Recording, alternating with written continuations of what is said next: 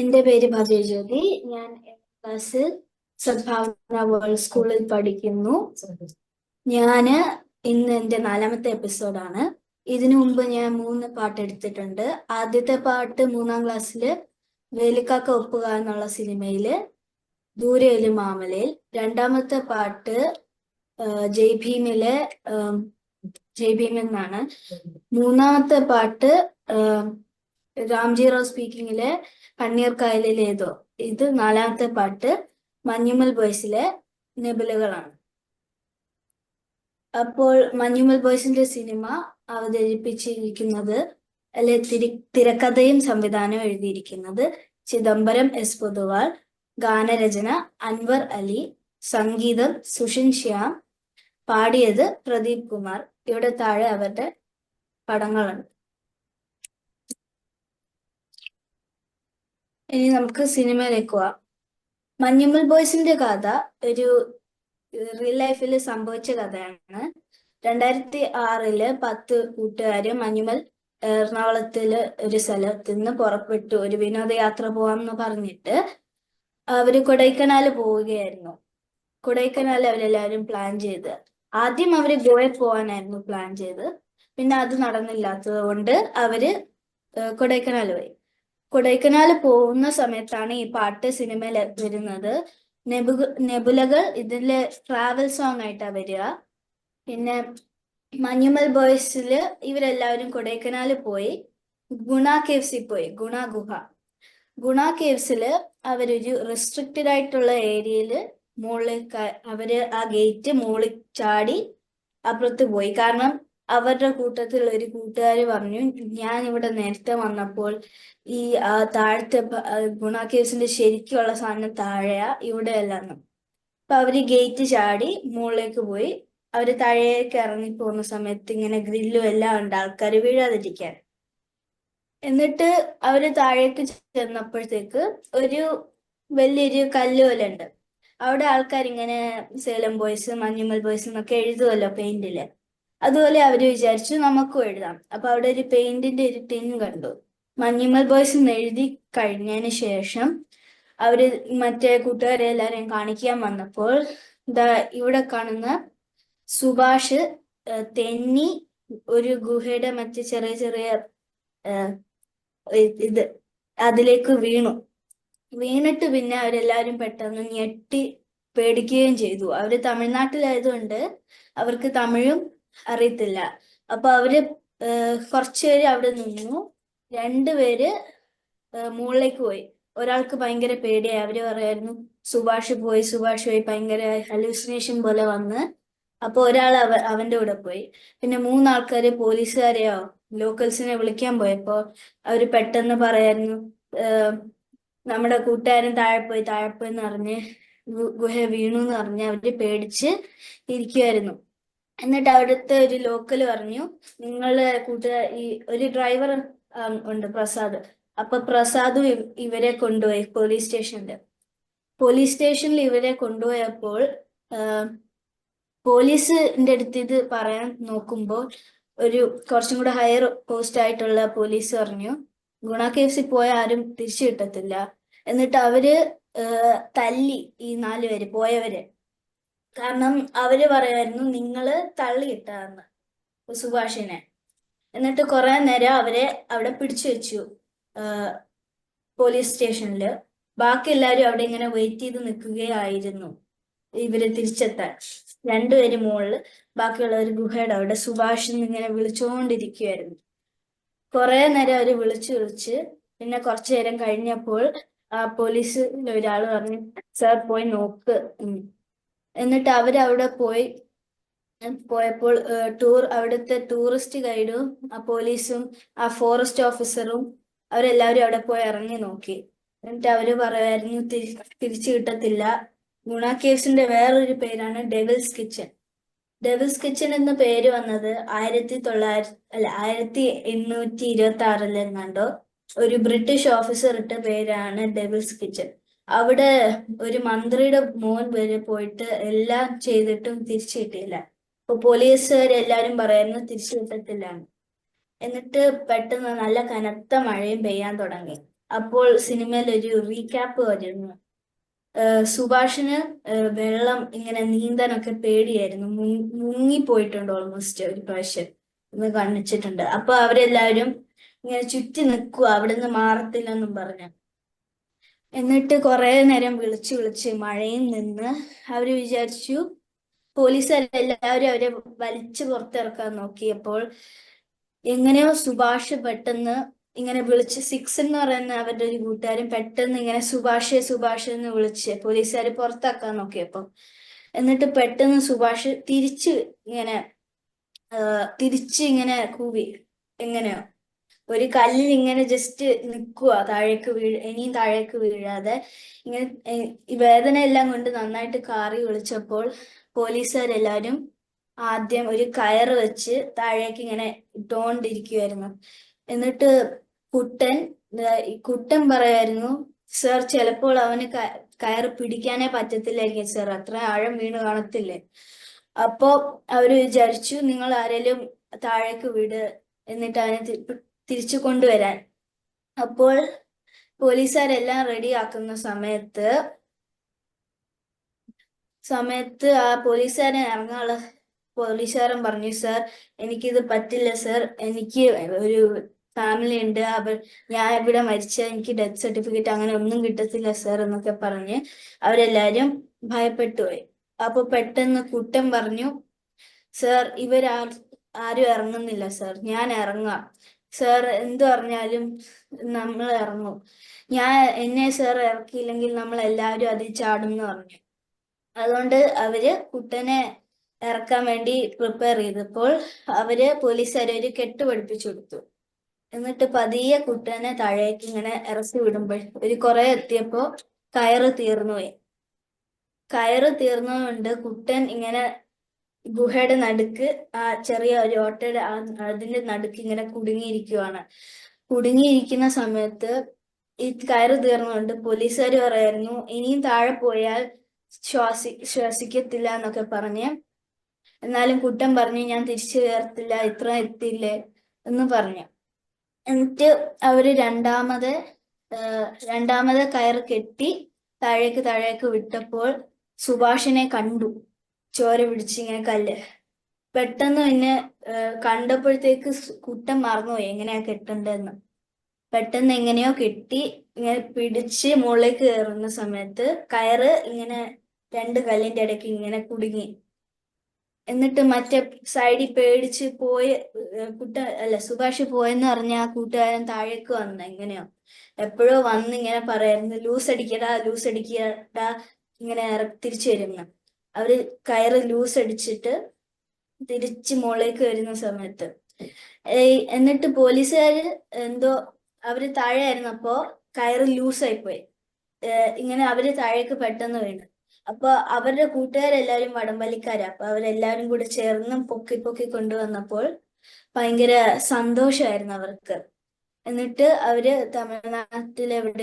കൊടൈക്കനാൽ എവിടെ ഒരു ജനറൽ ആശുപത്രി പോയി ഇതെല്ലാം ട്രീറ്റ് ചെയ്ത് തിരിച്ച് എറണാകുളത്തേക്ക് ജില്ലാ ആശുപത്രി എങ്ങാണ്ടോ കൊണ്ടുവന്നു. പക്ഷെ കൊണ്ടുവന്ന് സുഭാഷിന്റെ അമ്മ കണ്ടു, സുഭാഷ് ഇങ്ങനെ മൊത്തം മുറിഞ്ഞ് ബാക്കും കാലും കൈയും എല്ലാം മുറിഞ്ഞ് ചോരയിരിക്കുന്നുണ്ട്. സുഭാഷിന്റെ അമ്മ കുട്ടനെ നന്നായിട്ട് വഴക്കു പറഞ്ഞു. കാരണം കുട്ടൻ സുഭാഷിന്റെ അമ്മയുടെ അടുത്ത് പറഞ്ഞു, ഒന്നും പറ്റത്തില്ല നമ്മള് പോകുമ്പോ. അപ്പോ ഇങ്ങനെ പറ്റിയപ്പോഴത്തേക്ക് സുഭാഷിന്റെ അമ്മയ്ക്ക് ഭയങ്കര ദേഷ്യമായിരുന്നു. എന്നിട്ട് ഒരു ദിവസം അവര് ഇങ്ങനെ തമിഴ്നാട്ടിൽ നിന്ന് പത്രം കണ്ടപ്പോൾ സുഭാഷിനെ കുട്ടൻ രക്ഷിച്ചത് ഒരു പടം വെച്ചപ്പോൾ അവരെല്ലാരും പോയി നന്ദി പറഞ്ഞു കുട്ടന്റെ അടുത്ത്. കാരണം അന്ന് അവരവിടെ ഇട്ടിട്ട് പോയായിരുന്നെങ്കിൽ സുഭാഷ് ജീവിക്കത്തില്ല. അതാണ് മഞ്ഞുമൽ ബോയ്സിന്റെ കഥ. മഞ്ഞുമൽ ബോയ്സ് സൗഹൃദത്തിനും പകരം വെക്കാൻ മറ്റൊരു വാക്കില്ല, സ്നേഹത്തിന്. ഇതാണ് ആക്ടേഴ്സ്. സുബിൻ ഷാഹിർ കുട്ടൻ അല്ലെ സിജു ഡേവിഡ് ആയിട്ടാണ്, ശ്രീനാഥ് ഭാസി നമ്മുടെ സുഭാഷ് ആയിട്ട്, ബാലു വർഗീസ് സിക്സനായിട്ട്, ഗണപതി കൃഷ്ണനായിട്ട്, ജീൻ പോൾ എന്ന് പറയുന്ന സിജു ആയിട്ട്, പിന്നെ ദീപക് പരമ്പോൾ സുധീഷ് ആയിട്ട്, ഖാലിദ് റഹ്മാൻ പ്രസാദ് ആയിട്ട്, വിഷ്ണു രഘു ജിൻസനായിട്ട് ഇങ്ങനെ കുട്ടികൾ അതും. പിന്നെ ഈ വലത് സൈഡിൽ കാണുന്ന മുകളിലത്തെ പടം, ഇതാണ് അന്നത്തെ കാലത്ത് അവര് ചെറുതായിരുന്നപ്പോ ആ സമയത്ത് വീണതിന് മുമ്പ് എങ്ങാണ്ട് ഉള്ള ഫോട്ടോ. ഇത് കുട്ടൻ, ഇവിടെ ഇത് സുഭാഷ്.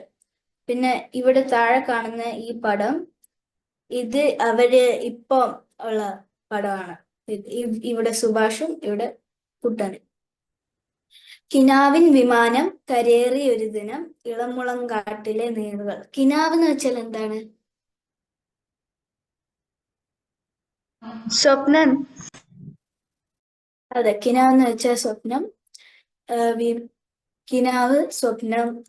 അപ്പൊ അവരുടെ സ്വപ്നത്തിന്റെ ഫ്ലൈറ്റിലേക്ക് കയറുന്ന ഒരു ഇതാണ് അവര് പറയുന്ന ആദ്യത്തെ 2 വരികൾ. അവരുടെ സ്വപ്നത്തിലേക്കുള്ള ആ വിമാനം കയറിപ്പോകുന്നു, അവരുടെ സ്വപ്നത്തിലേക്ക് കയറിപ്പോകുന്നു. ഇളമുളം കാട്ടിലെ നീറുകൾ എന്ന് വെച്ചാൽ, ഇളമുളം എന്ന് വെച്ചാൽ, മുളം എന്ന് വെച്ചാൽ എന്താ? ബാമ്പു ആണ് അവർ ഉദ്ദേശിക്കുന്നത്.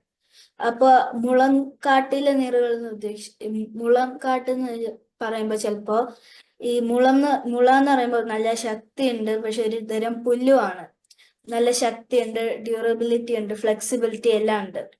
അതേസമയം ഒരു തരം പുല്ലാണ്. ചിലപ്പോൾ അവര് ഈ മുള എന്ന വാക്ക് ഉപയോഗിച്ചത് പുല്ലിന് എന്ത് കാറ്റ് വന്നാലും ഇങ്ങനെ ആടി തിരിഞ്ഞും ഇങ്ങനെ ഇത് സ്വേ ചെയ്യും. അതേസമയം ഒരു മരമാണ്, നല്ല ശക്തിയായിട്ടുള്ള കാറ്റ് വന്ന പെട്ടെന്ന് പൊടിഞ്ഞു.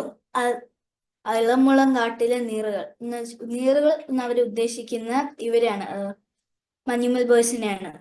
പിന്നെ ഇത് മുള എന്ന് പറയുമ്പോൾ ഏറ്റവും കഠിനമായ സാഹചര്യങ്ങളിൽ ജീവിക്കുന്ന ഒരു സാധനം. എന്ത് സിറ്റുവേഷൻ വന്നാലും അതിന് നിൽക്കാൻ പറ്റുന്ന ഒരു സാധനം. പിന്നെ എപ്പോഴും ഉയരത്തിൽ നിൽക്കുന്നു, വർഷം മുഴുവൻ പച്ചയുമായിരിക്കുന്ന ഒരു ചെടിയാണ് മുള.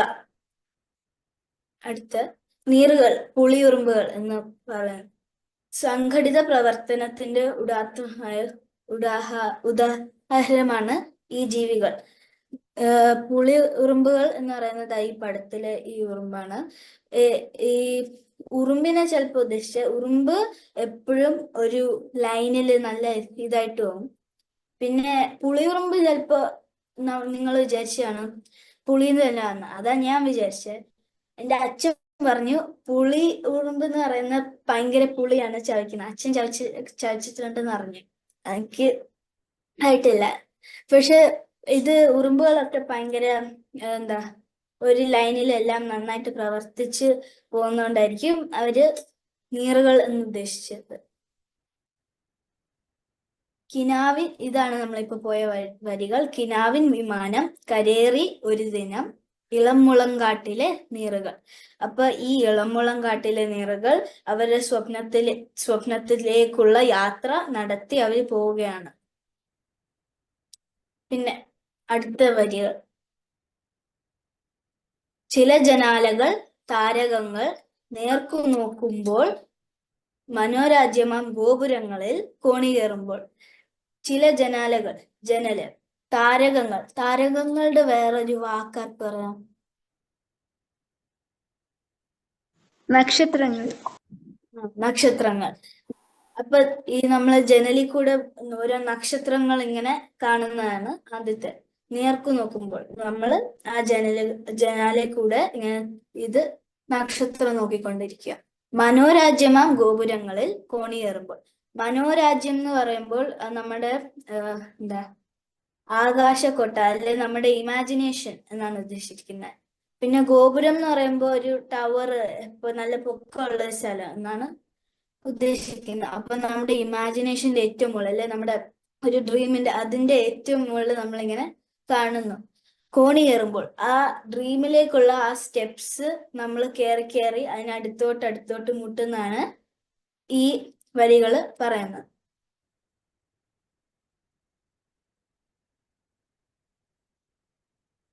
അപ്പൊ ചില ജനാലകൾ താരകങ്ങൾ നേർക്കു നോക്കുമ്പോൾ മനോരാജ്യമാം ഗോപുരങ്ങളിൽ കോണിയേറുമ്പോൾ എന്നുദ്ദേശിച്ചത് ജനാലക്കൂടെ അനന്തമായ ആകാശവും നക്ഷത്രങ്ങളും എല്ലാം കണ്ട് അതിനെ പോയി തൊടാനുള്ള, അതുപോലെ നമ്മുടെ ആ ഡ്രീംസിനെ പോയി തൊട്ടാൽ അത് ശരിക്കും ഫീൽ ചെയ്യുന്ന പോലെ ആണ് ഇവര് പറഞ്ഞിരിക്കുന്നത്.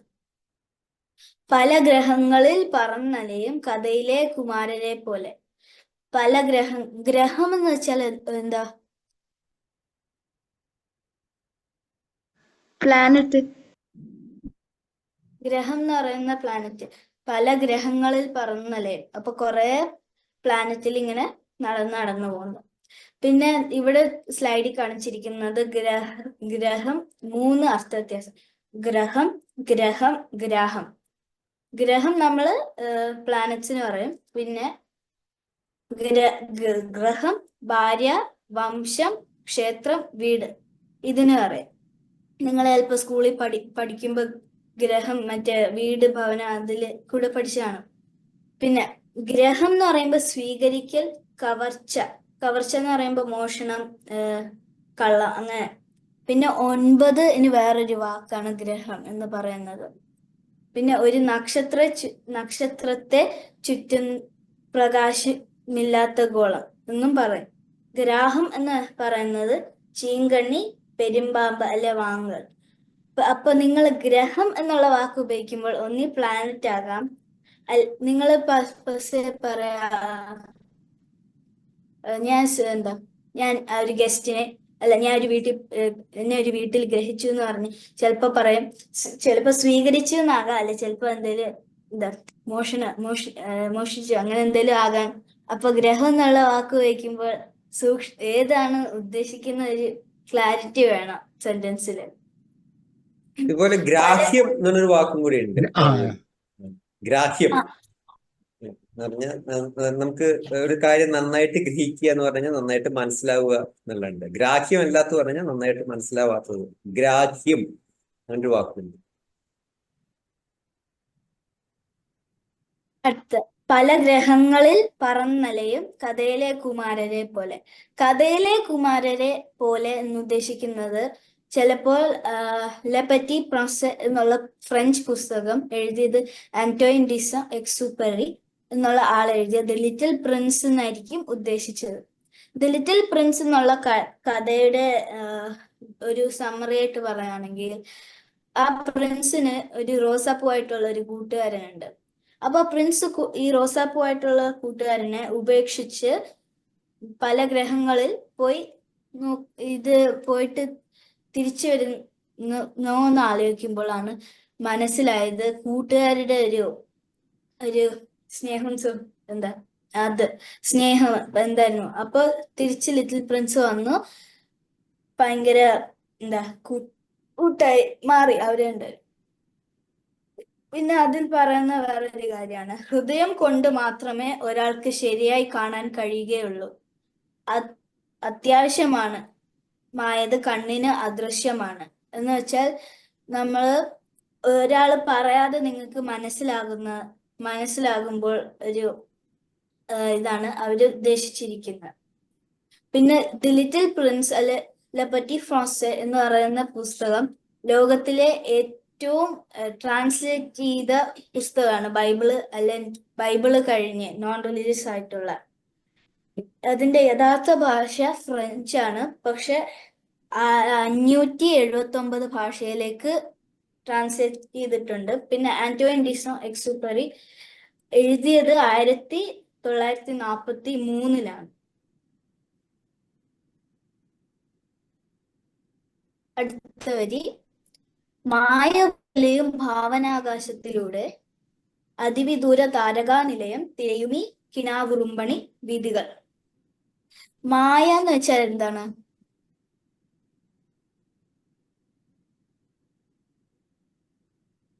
ഇമാജിനേഷൻ ആണോ?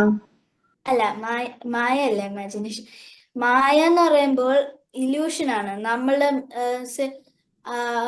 ആടുജീവിതത്തിൽ നജീബും മറ്റേ അവനും പിന്നെ ഇബ്രാഹിം ഖാദരിയും പോയപ്പോ അവര് നിരാശ കണ്ടില്ലേ, അതൊരു ഇല്യൂഷൻ അല്ലേ? അത് മായ ആയിട്ട് പറയാം. മായ എന്ന് പറയുമ്പോൾ നമ്മുടെ മനസ്സ് നമ്മളെ ഒരു സാധനം ഉണ്ടെന്ന് കാണുമ്പോൾ നമ്മുടെ മനസ്സ് നമ്മുടെ കണ്ണിനെ പറ്റിക്കുന്ന ഒരു സാധനം പോലെ ആയിട്ട് നമുക്ക് പറയാം.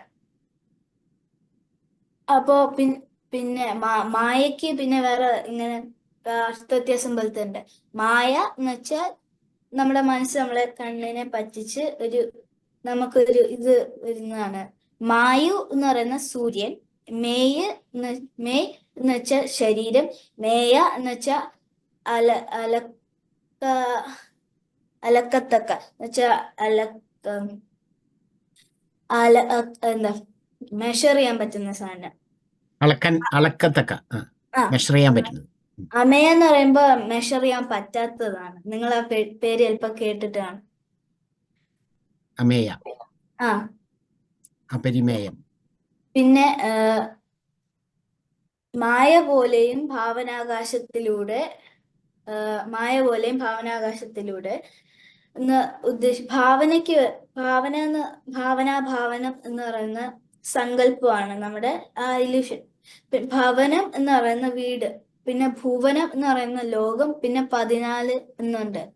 അപ്പൊ നമ്മൾ പഠിച്ചു ഗ്രഹം എന്നുള്ളത് 9-നും വരും, ഭുവനം എന്ന് പറയുന്ന 14-നും വരും. അപ്പൊ മായ പോലെയും ഭാവനാകാശത്തിലൂടെ അതിവിദൂര താരകനിലയം തിരയുമി കിനാവുറുമ്പണി വീഥികൾ. അപ്പം നമ്മുടെ ഇല്യൂഷൻ പോലെ ഭാവനാകാശത്തിൽ നമ്മുടെ നമ്മുടെ ഇല്യൂഷൻ, ആ ഡ്രീം പോലത്തെ ആകാശത്തില് അധികം കുറെ ദൂരം പോയി താരകനിലയം എന്ന് പറയുന്നത് താരകത്തിന്റെ നക്ഷത്രത്തിന്റെ വീട്ടിലേക്കുള്ള അത്. തിരയുമീ കിനാവുറുമ്പണി വീഥികൾ. അപ്പൊ അവര് ഈ വരികളിൽ പറയുന്ന ഇങ്ങനെ ഈ വീടുകൾ, ഈ നക്ഷത്രത്തിന്റെ വീട്ടിലേക്കുള്ള വഴി തപ്പി പോവുകയാണ് ഈ യൂണിവേഴ്സിറ്റിയുടെ. കിനാവുറുമ്പണി എന്ന് വെച്ചാൽ പിരിച്ചെഴുതുവാണ് കിനാവ് അധികം ഉറുമ്പ് അധികം അണി. അണി എന്ന് പറയുമ്പോൾ ലൈനാണ്.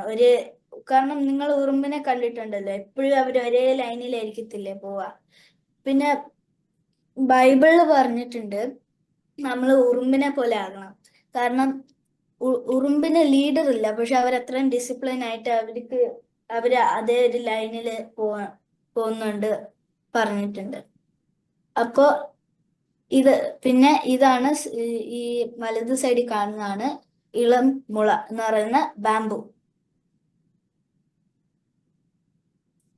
പല ഗ്രഹങ്ങളിൽ പറന്നലയും കഥയിലെ കുമാരരെ പോലെ മായ പോലെയും ഭാവനാകാശത്തിലൂടെ അതിവിദൂര താരകാനിലയം തിരയുമീ കിനാവുറമ്പണി വീഥികൾ. അപ്പൊ ലിറ്റിൽ പ്രിൻസ് പോലെ ഭാവനയിലെ ആ ഇല്യൂഷൻ ലോകത്തിലൂടെയും നക്ഷത്രങ്ങളുടെയും കൂടാരത്തിലേക്കുള്ള വഴി തേടുന്നു എന്ന് വെച്ചാൽ അവരുടെ ആ സ്വപ്നം അവരുടെ ആ വിനോദയാത്രയായിരുന്നു. അപ്പൊ ആ വിനോദയാത്രയുടെ പുറകെ അത് പോകുന്നായിരുന്നു. നക്ഷത്രത്തിന്റെ വീട്ടിലേക്കുള്ള വഴി തപ്പി കണ്ടുപിടിക്കുന്ന പോകുന്നതാണ് ഈ വരികളിൽ പറഞ്ഞത്. അടുത്ത കിനാവിൻ വിമാനം കരേറി ഒരു ദിനം ഇളമുളങ്കാട്ടിലെ നിറുകൾ. അത് നമ്മൾ പറഞ്ഞിട്ടുണ്ട്. പിന്നെ നമ്മൾ പറഞ്ഞ അനേകം നെബുലകൾ കടന്നേ പോയവർ തളിരിളം കൊമ്പിലെ നിറുകൾ. അനേകം എന്ന് പറയുന്നത് എന്താണ്? ഒരുപാട്. നെബുലകൾ എന്ന് പറയുന്നത് നിങ്ങൾ ചിലപ്പോ ചില ആൾക്കാർക്കൊക്കെ അറിയായിരിക്കും. നെബുല എന്ന് പറയുന്നത് പൊടിയും മറ്റേ സ്പേസിലുള്ള ആ പൊടിയും ഗ്യാസും എല്ലാം കൂടെ ചേരുന്ന ഒരു സ്ഥലമാണ് നെബുല എന്ന് പറയുന്നത്. നെബുലയില് പുതിയ നക്ഷത്രങ്ങളും ഉണ്ടാകുന്ന സ്ഥലമാണ് നെബുല. പിന്നെ ആർക്കെങ്കിലും അറിയാവോ ഏറ്റവും പ്രായം കുറഞ്ഞ നക്ഷത്രങ്ങളുള്ള നെബുല ഏതാന്ന്?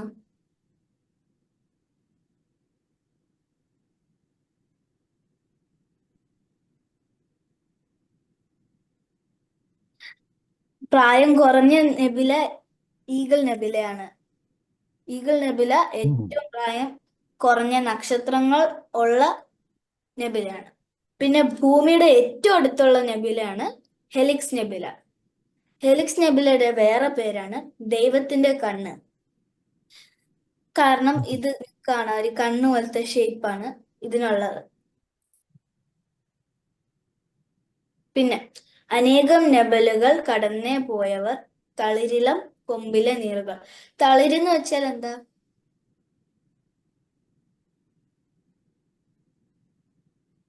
പുതിയ ഇല. അതെ, ചെടിയുടെ ഒരു ചെടിയുടെ പുതിയ ഇലകളാണ് കുഞ്ഞില. തളിര്. കുഞ്ഞില. കുഞ്ഞത്.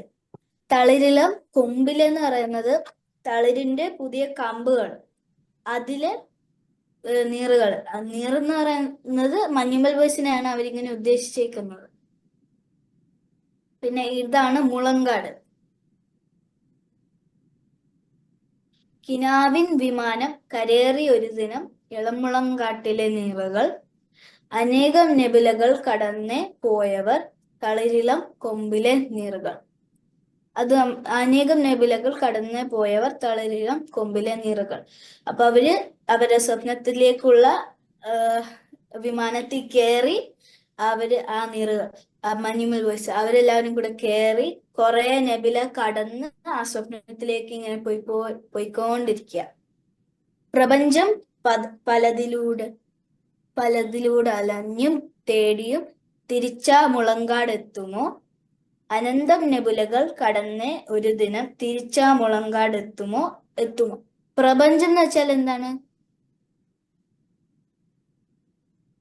യൂണിവേഴ്സ്. അതെ. അപ്പൊ അവര് യൂണിവേഴ്സിൽ കൂടെ ഇങ്ങനെ അലഞ്ഞും തിരിഞ്ഞും അങ്ങോട്ടും ഇങ്ങോട്ടും തപ്പി നടക്കുക. അവരുടെ ഈ സ്വപ്നത്തിന്റെ പുറകെ പോവാൻ അവര് അലഞ്ഞും തിരിഞ്ഞും അങ്ങോട്ട് നടക്കുക. അപ്പൊ തിരിച്ചവര് അവരുടെ ആ വീട് അവര് തുടങ്ങിയ സ്ഥലം എത്തുമോ എന്നാണ്. തിരിച്ചാ മുളങ്കാട് എത്തുമോ?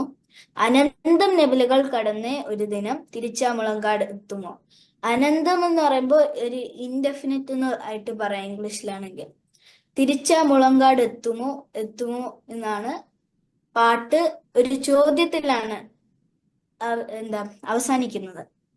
പക്ഷെ അവര് തിരിച്ചെത്തി സ്നേഹത്തിന്റെ അപൂർവ സന്ദേശവുമായി. ഇതാണ് അവര് ഇപ്പോഴത്തെ കാലത്ത് മഞ്ഞുമൽ ബോയ്സ്.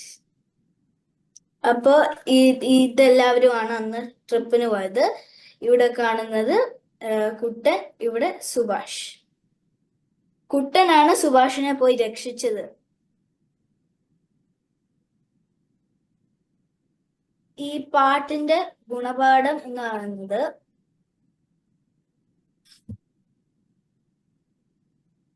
വിളക്കുള്ള ഇടങ്ങളിൽ പോകാതെ ഇരിക്കുക.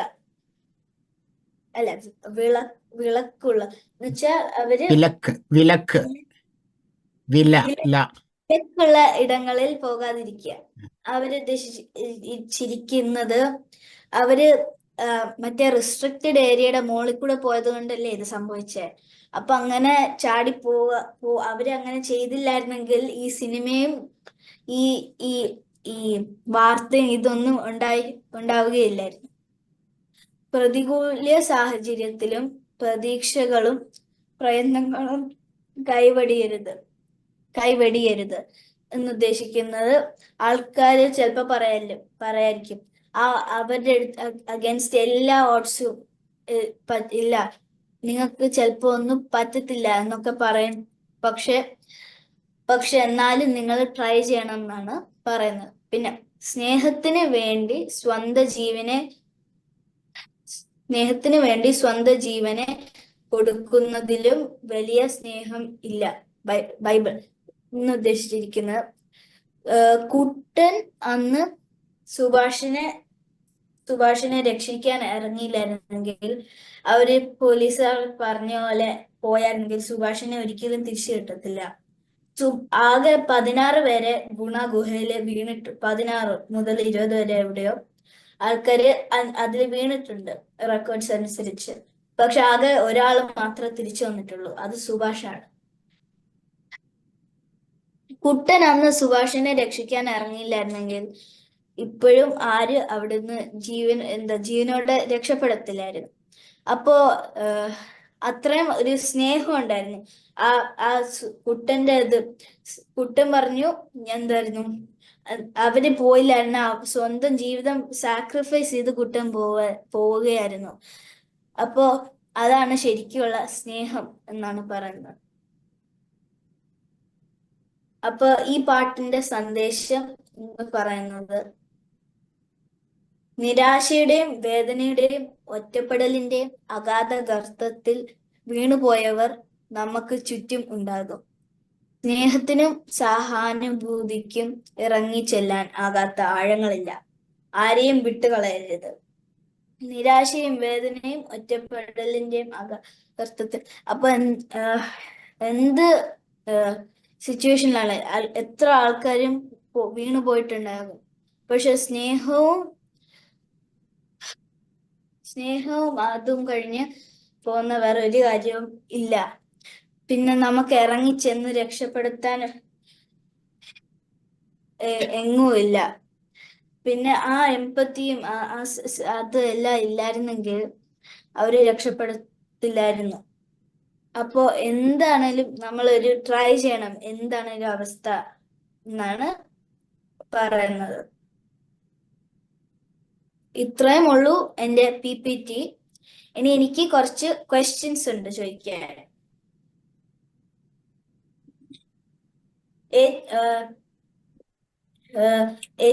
ഏറ്റവും കൂടുതൽ ഭാഷയിലേക്ക് ട്രാൻസ്ലേറ്റ് ചെയ്ത പുസ്തകം ഏതാണ്?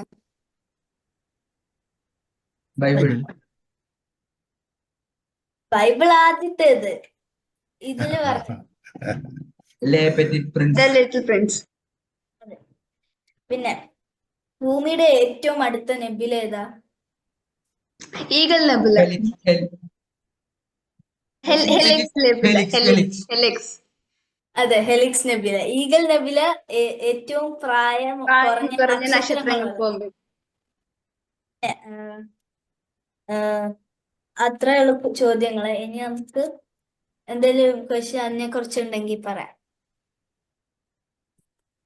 പിന്നെ ഒരു ചോദ്യം കൂടെ ഉണ്ട്, പക്ഷെ ഞാൻ അത് പറയാൻ മറന്ന വിഷയം. എന്നാലും ഏറ്റവും കൂടുതൽ കളക്ഷൻ നേടിയ സിനിമ ഏതാ മലയാളത്തില്? മലയാളത്തില്? മഞ്ഞുമൽ ബോയ്സ് ആണോ? അതെ അതെ. മഞ്ഞുമൽ ബോയ്സ് ഒരു 246 കോടി എങ്ങാണ്ടോ കളക്ഷൻ കിട്ടി. അപ്പൊ അത്രേ ഉള്ളു. അടിപൊളി. ഫ്രണ്ട്ഷിപ്സ് സെലിബ്രേറ്റ് ചെയ്യണ മൂവീസ് ഒക്കെ നല്ല കളക്ഷൻ ഉണ്ടാക്കാറുണ്ട് അല്ലേ?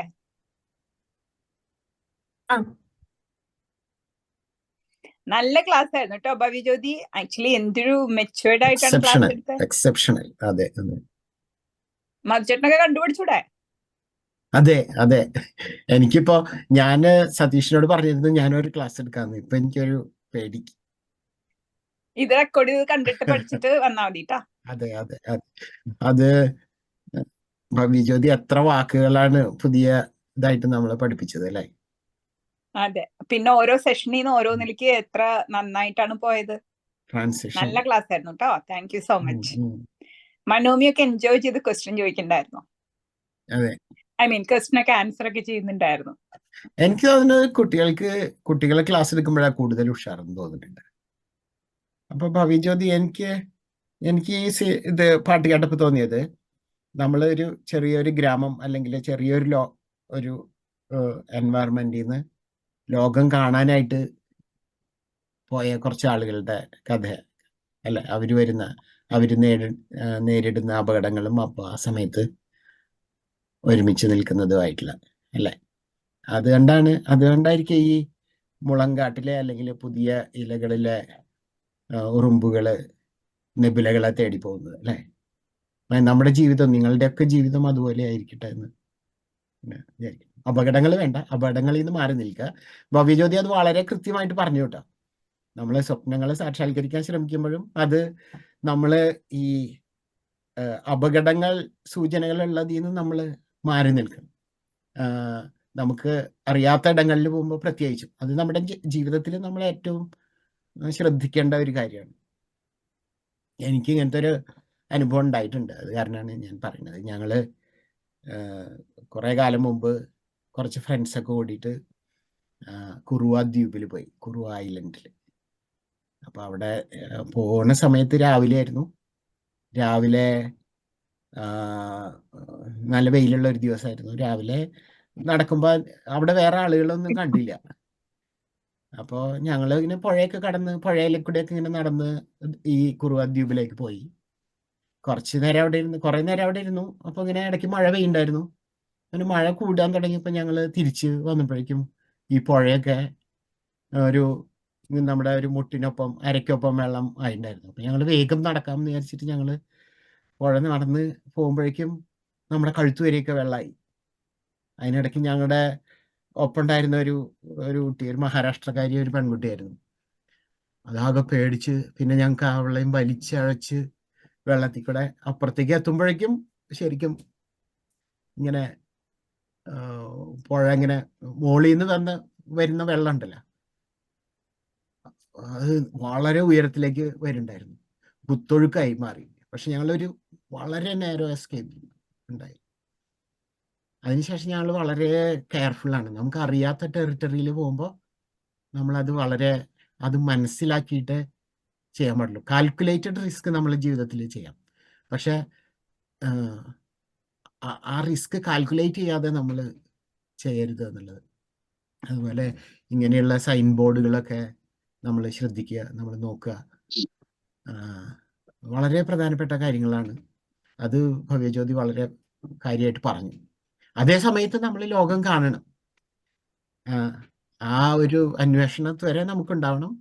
അതേ സമയത്ത് നമ്മൾ വളരെ കോഷ്യസ് ആവുക എന്നാണ്. ഇതിൽ പറഞ്ഞതിൽ ഒരു കാര്യം മാത്രമാണ്. ഇപ്പോൾ നോക്കൂ, അവര് ആദ്യം തന്നെ ആ കുഴിയിലേക്ക് ഇറങ്ങിയിട്ടുണ്ടായിരുന്നെങ്കിൽ എന്താ ഉണ്ടാവുമായിരുന്നു? ഇപ്പൊ ഈ സുഭാഷ് കുഴിയിലേക്ക് വീണു. അതേ സമയത്ത് അടുത്ത ആൾ കൂടി ഓക്കെ ഞാൻ രക്ഷിക്കാം എന്ന് പറഞ്ഞിട്ട് ഒരു മുൻകരുതലും ഇല്ലാതെ ആ കുഴിയിലേക്ക് ഇറങ്ങിയിരുന്നെങ്കിൽ എന്തുണ്ടാവുമായിരുന്നു? അയാളും കൂടി കുഴിയിലേക്ക് പോവായിരുന്നു അല്ലേ? ഇവർ ചെയ്തത് അതിനുള്ള സന്നാഹങ്ങൾ ഒരുക്കിയിട്ടാണ് അവർ രക്ഷിക്കാൻ പോണത്. അത് വളരെ പ്രധാനമാണ് ശരിക്കും. അവര് ശരിക്കും പറഞ്ഞാൽ ആദ്യം വിചാരിച്ചു ആദ്യം എന്താ ആഴമില്ലെന്ന് എന്നിട്ട് അവർക്ക് അന്ന് ഫ്ലാഷ് ലൈറ്റ് ഒന്നും ഇല്ല. അവർക്ക് ആകെ ഒരു ക്യാമറ ഉണ്ട്. ആ ക്യാമറ വെച്ച് ഇങ്ങനെ ഫ്ലാഷ് അടിച്ച് നോക്കി. പിന്നെ ഒരു കല്ലകത്ത് വീണ് പോയപ്പോഴാ ഭയങ്കര ഡീപ്പാന്ന് അറിഞ്ഞത്. മനസ്സിലായി. അപ്പൊ നമ്മൾ ആരെയും രക്ഷിക്കാൻ പോകുമ്പോഴും നമ്മൾ കുറച്ച് ശ്രദ്ധിക്കണം. നമ്മളും കൂടി അപകടത്തിൽ പെടും.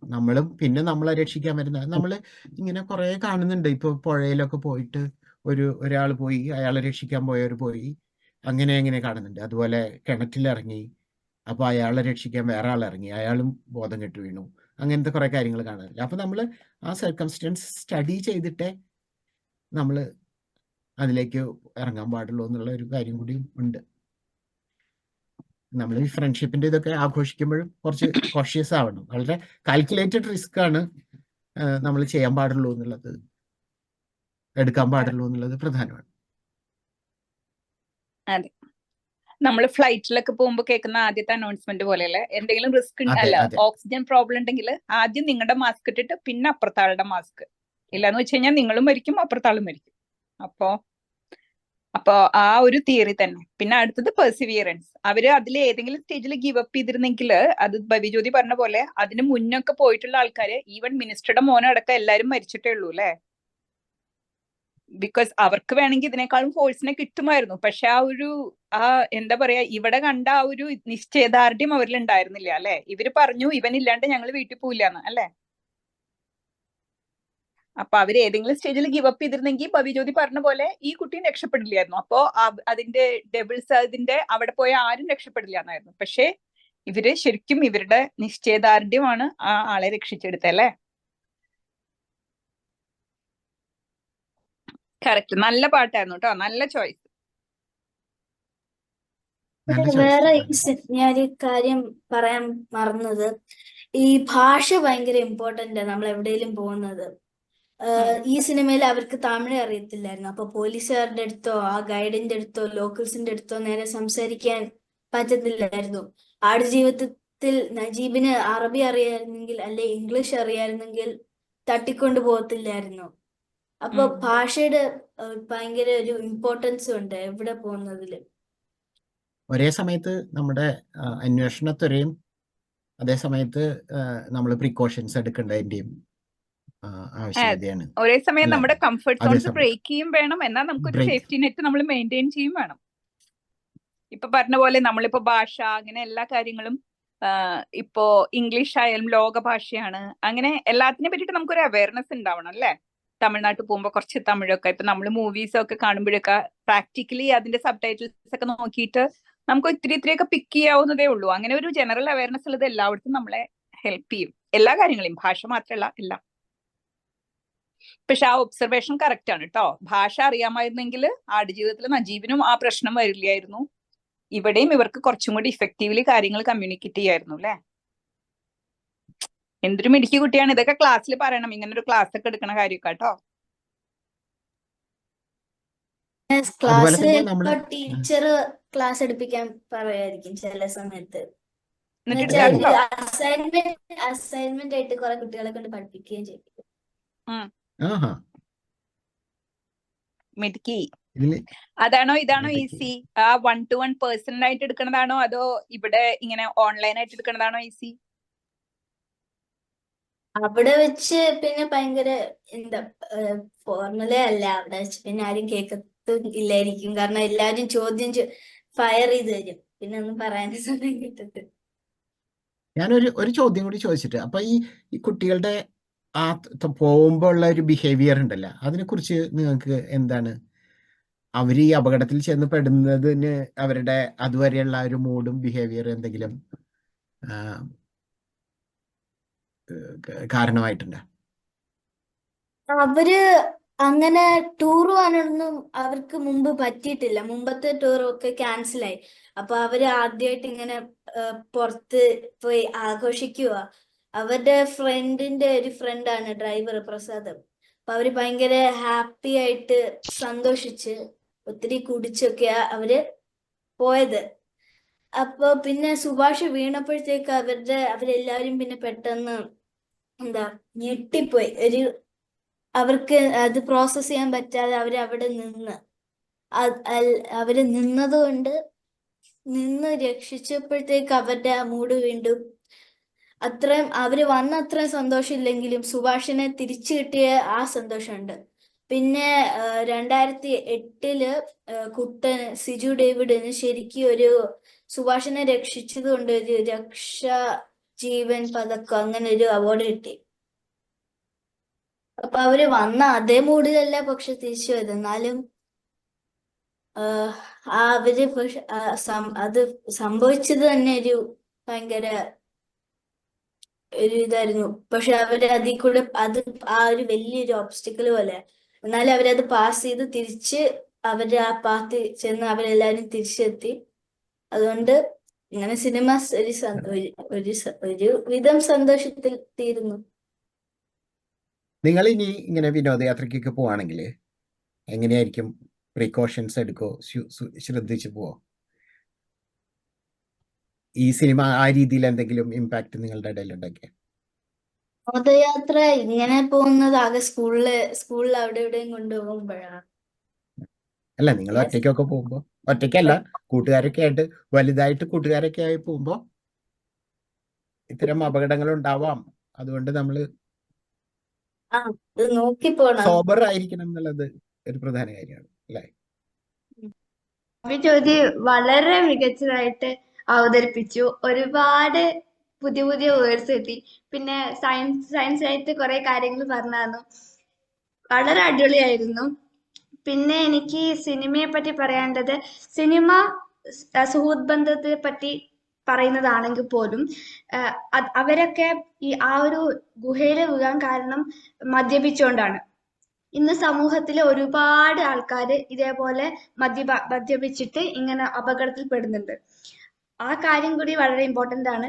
പിന്നെ അതുകൊണ്ടാണ് അവർ ആ ഗുഹയിൽ വീഴാൻ കാരണം. അപ്പോ അതുകൊണ്ടാണ് ഇപ്പൊ കുറെ ആൾക്കാർക്ക് ഇത് റിലേറ്റ് ചെയ്യാൻ പറ്റുന്നുണ്ട് ഈ മൂവി. സുഹൃത്തുക്കളാണെങ്കിൽ പോലും അത്തരത്തിൽ മോശം രീതിയിൽ പോയതുകൊണ്ടാണ് ആ രീതി സംഭവിച്ചത്.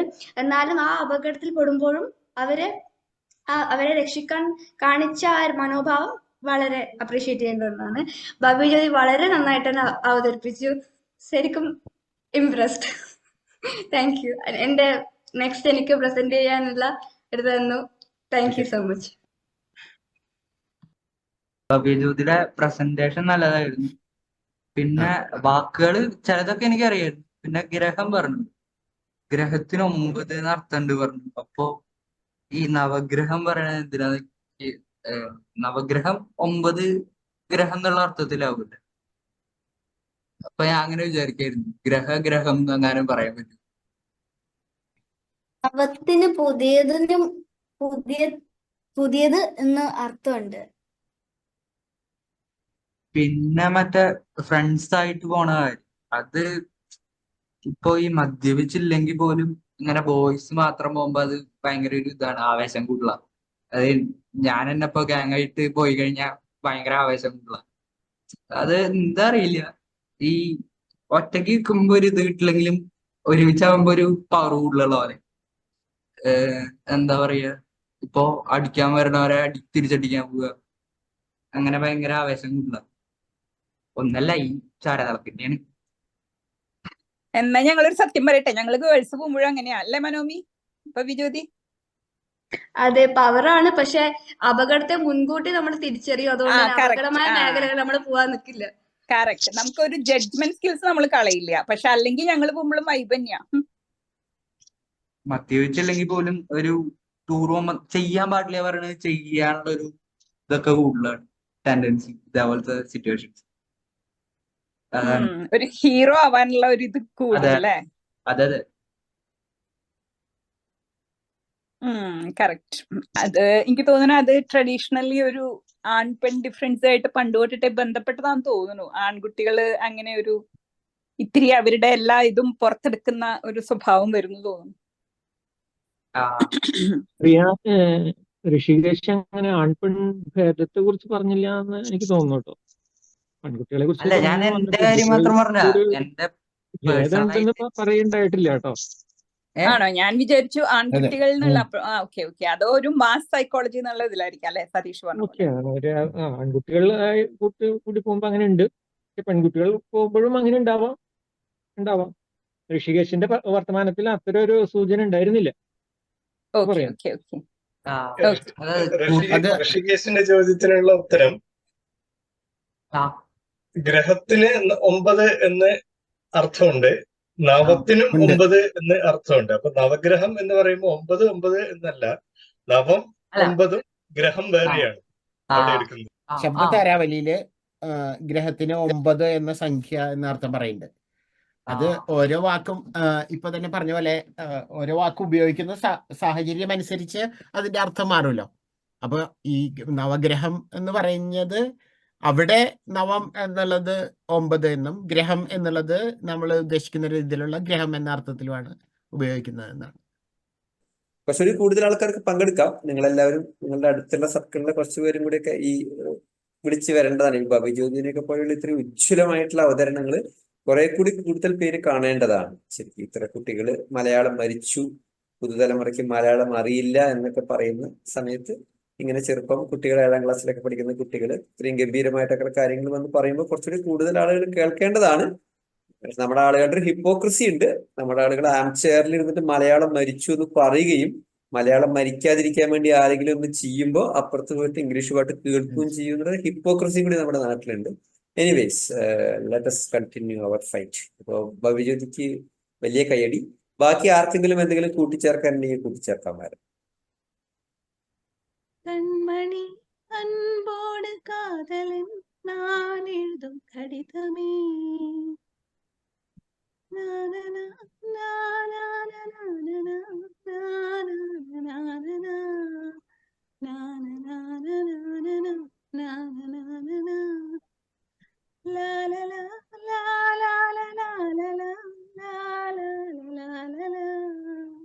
பொன்மணி உன் வீட்டில் சௌக்கியமா நான் இங்கே சௌக்கியமே